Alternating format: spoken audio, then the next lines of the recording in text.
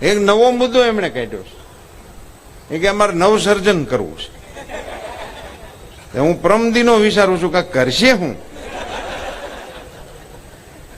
હવે અમે 24 કલાક વીજળી આપી, એ હવે હું 26 કલાકની જાહેરાત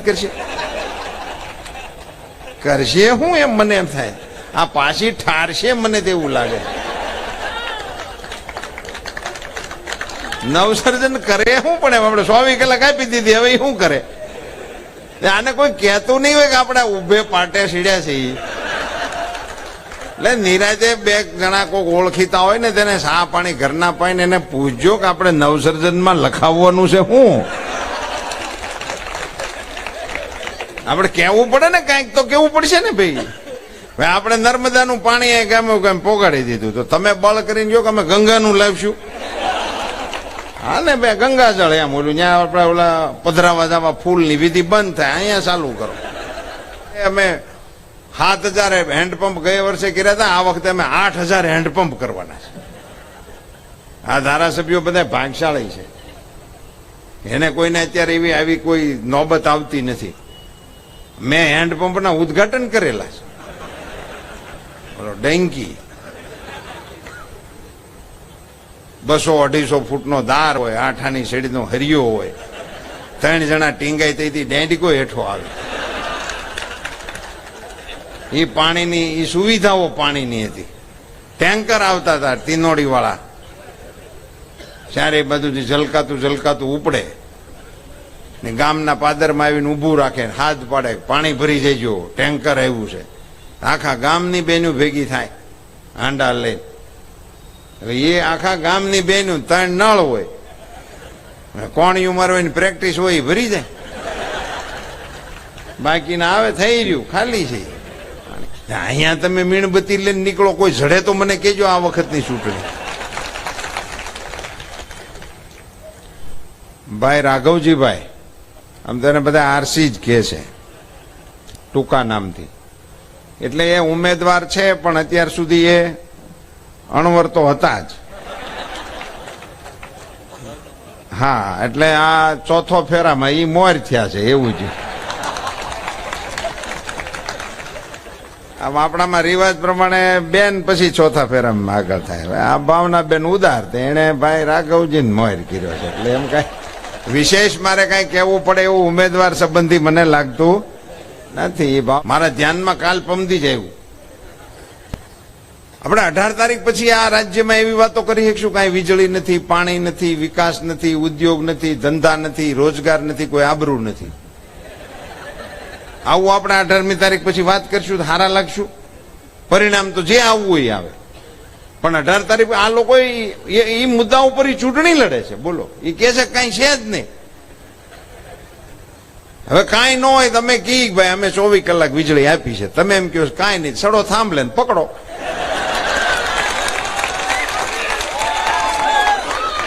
ગમે એ ગામનો ગમે એ થાંભલો તમને સારો લાગે ત્યાં સડો. તમારી શેરીને થાંભલો પકડો, હાલો તમારી ઓળખાણ ને આવો. અને પકડીને પછી આમ કયો બધાને જો અહીં કાંઈ નથી, આ ભાજપ વાળાનું પોકળ વચન છે એવું બોલો. એને મેં કહ્યું એરપોર્ટ ઉપર ભેગા છે, મેં કીધું તમે બધા ન્યાઠેઠથી અહીંયા આવો તો આવીને કશીક દેશની વાત કરો, કશીક અમારી તમે 60 વર્ષ રાજ કર્યું દેશમાં, તો તમારી સરકારની કોઈ બે સારી વાત કરો, અમારી સરકારની કોઈ ખામી કાઢો કે ભાઈ નરેન્દ્રભાઈની આ યોજનામાં આટલી ખામીઓ છે, અમે આવડા મોટા રસ્તા કર્યા, તો તમારે એમ કેવું છે કે રસ્તાને કાંઠે જો અમારી સરકારો હોત તો અમે માર્બલની ડિઝાઇન નાખી હોત, એવું તમારે કેવું જોઈએ. આપણે બાથરૂમમાં નાખતા વચ્ચે પ્લેન ટાઇલ્સ હોય ને બાજુમાં એક ડિઝાઇન વાળી નાખી છે, એટલે અમે રસ્તા કર્યા અમે એમાં નથી નાખી, તમે નાખશો એવું વાત કરો તો કઈક મેળ પડે. તમે હાવ ના મકર જ જાઓ, નકરી જ ગાયડું દીધા રાખો, તો એની હાટું થઈને તમારે દિલ્હીથી શું કામ આવવું જોઈએ? લોકલિયા અમને દે છે. અમે બીજા રાજ્યોમાં જઈ અને એને ખબર પડે કે આપણે ગુજરાતી છીએ તો આપણી સાથે આદરથી વાત કરે કે તમે ગુજરાતમાંથી છો, મોદી સાહેબના ગુજરાતમાંથી. ત્યાં તો 24 કલાક વીજળી ગામડામાં આવે છે અને અમારે અહીંયા આવતી જ નથી. આવી વાતો આપણને બીજા રાજ્યમાં જાય તો અનાયાસે કહે છે, અને આ આખું ટોળું આમ કીધા રાખે છે કાંઈ છે નહીં. મેં તો ઘનશ્યામભાઈ માનતા કરી હમણાં ચૂંટણી પછી. મેં કીધું આને હવને માતાજી 100 વર્ષના કરે, કોંગ્રેસ વાળાને એને કોઈ હાજા માંદાઈ ન થાય, માતાજી એને સુખી રાખે. પણ તેમ છતાંય ન કરે, નારાયણને કરે, સત્યનારાયણ કંઈક થયું તો 108માં સડતા નહીં.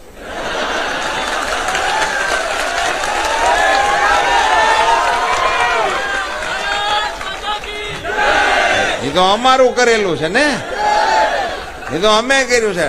એટલે તમે હાંડિયા ગાડીમાં જાઓ,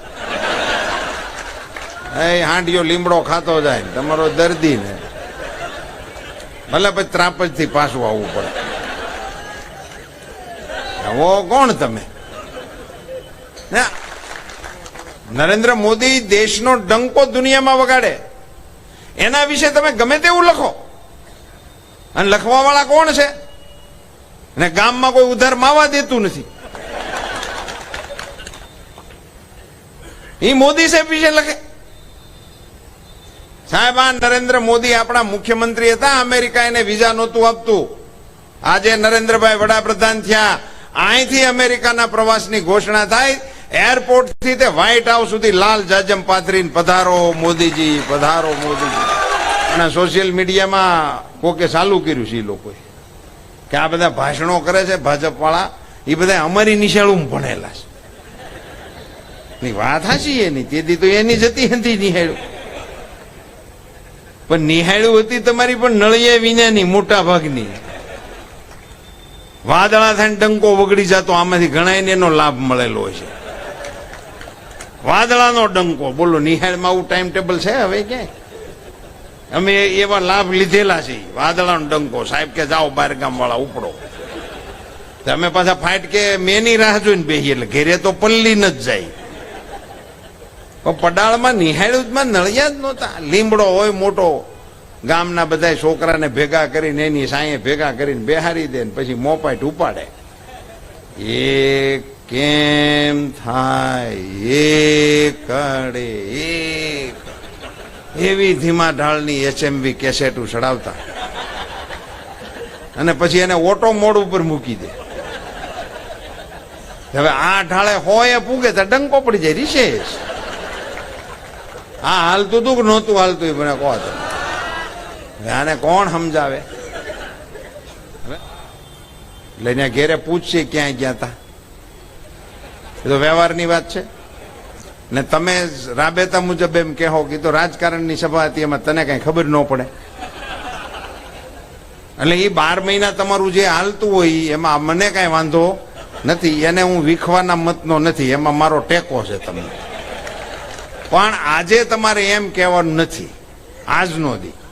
આજનો દી તમારે એમ કહેવાનું છે કે આપણા ભાજપના ઉમેદવાર રાઘવજીભાઈના ટેકામાં સભા થઈ મહુવામાં, એમાં હું ગયો હતો.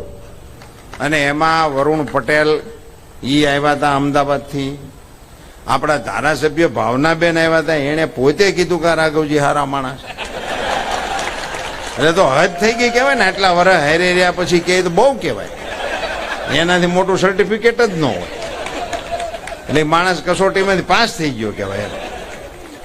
એમણે કીધું આ વાત બરાબર છે. ગામના આપણા બધા આગેવાનોમાંથી જેટલાના તમને નામ આવડે એ બધા હાજર હતા એવું કેવું. આપણા તળાજાના શિવાભાઈ પોતે આવ્યા હતા, અને પરસોત્તમ રૂપાલા રૂબરૂ આવ્યો હતો. અને એણે એવું કીધું છે કે 9મી તારીખે સવારમાં 8 વાગ્યામાં આપણે 2 જણાએ હાથમાં હાથ નાખીને મતદાન કરવા જવાનું છે. કેશો જુવાનડા હા પાડે છે, એને ક્યાં સગવડ છે? મારે ઠાર ભાઈ તમે જાળવા દેજો 9મી એમાં. એ જે બાકી છે એનું અહીં યાદી રાઘવજીભાઈ દેતા જજો. એનું એ બધું ગોઠવવામાં મહેનત કરશે, એટલે આવતી ચૂંટણીમાં તમારું થઈ જાય એવું કરે ત્યારે.